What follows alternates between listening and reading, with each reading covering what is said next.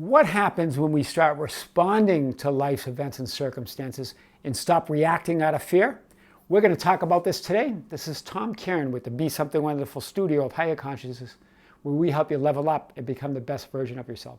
Welcome back, creators. Got a great lesson today that I want to talk about how we get into a pattern of reacting to life's events and circumstances, especially negative events or what we perceive as negative events that come up in our life. And really, when we define a negative event, it's something that didn't go according to our life script.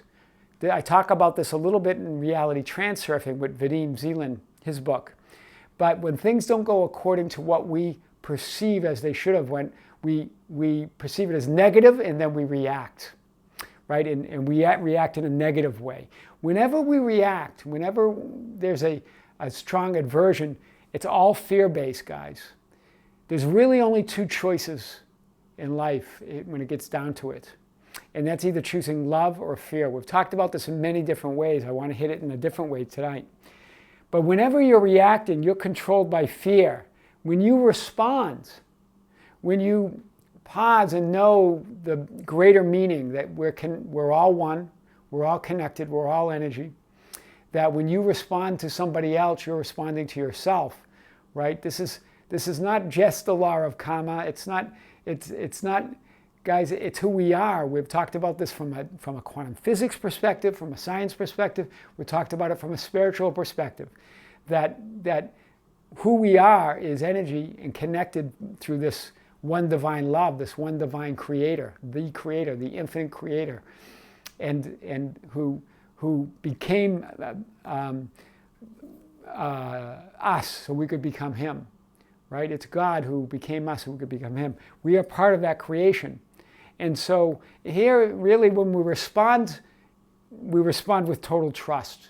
Trust that we are love, and that when we respond with love and compassion, that it's really the only correct response to anything in life. It's the only answer to any question is love and compassion. When it really boils down to it, and this, guys, I know we think, well, no, that not always. Sometimes we need a strong response, and that may be negative. No, that's not true, guys. It's not it, right? We create those. We create the circumstances that you think now requires that response, right? Here we're responding really, when we respond, we're love, and it's because of this completeness, this wholeness that we have. Here we feel, and when we react, we have this not enoughness, right? There's this not enoughness, there's this incompleteness. We're always trying to fill some hole. We're always trying to think we're not enough, that there's some sort of thing that we have to do to get better. There's something we have to prove to others. So we get defensive and we get judgmental. We judge ourselves most of all, right? We may judge others, but most of all, we're tough on ourselves. And we feel guilt and shame. And this all comes from reactionary. So when we react to somebody, we might react out of anger and then start feeling guilty about it, and then shame builds in, and then we're carrying that with us. We never release it, and it becomes a conditioned response, right? Even relationships where you think you're in love, and you know, and then if you're not loved back, you start getting angry or feeling rejected or anything. Then it's not real love, right? You're looking for love in all the wrong places, right? It's got to be the love in the inside first, and then when you do meet someone, then you're sharing. Both of you are sharing that greater you, not just that physical, fearful you in duality, but that greater you. And then you're creating something much bigger than the parts, right? Because we're all one, guys. So this is really when we respond consciously, awake, knowing that there's a greater meaning to life, right? We're living the greater meaning, the meaning that we're all connected, that we're all love, that we're here in this duality to learn how to be more loving, unconditionally loving, right? Unconditionally loving is absolute. This means there's no exceptions, no matter what, right? Doesn't mean you agree with it or that you encourage it if it's something that you view as negative or it's something really horrible and unimaginable. It just means that the appropriate response is always love.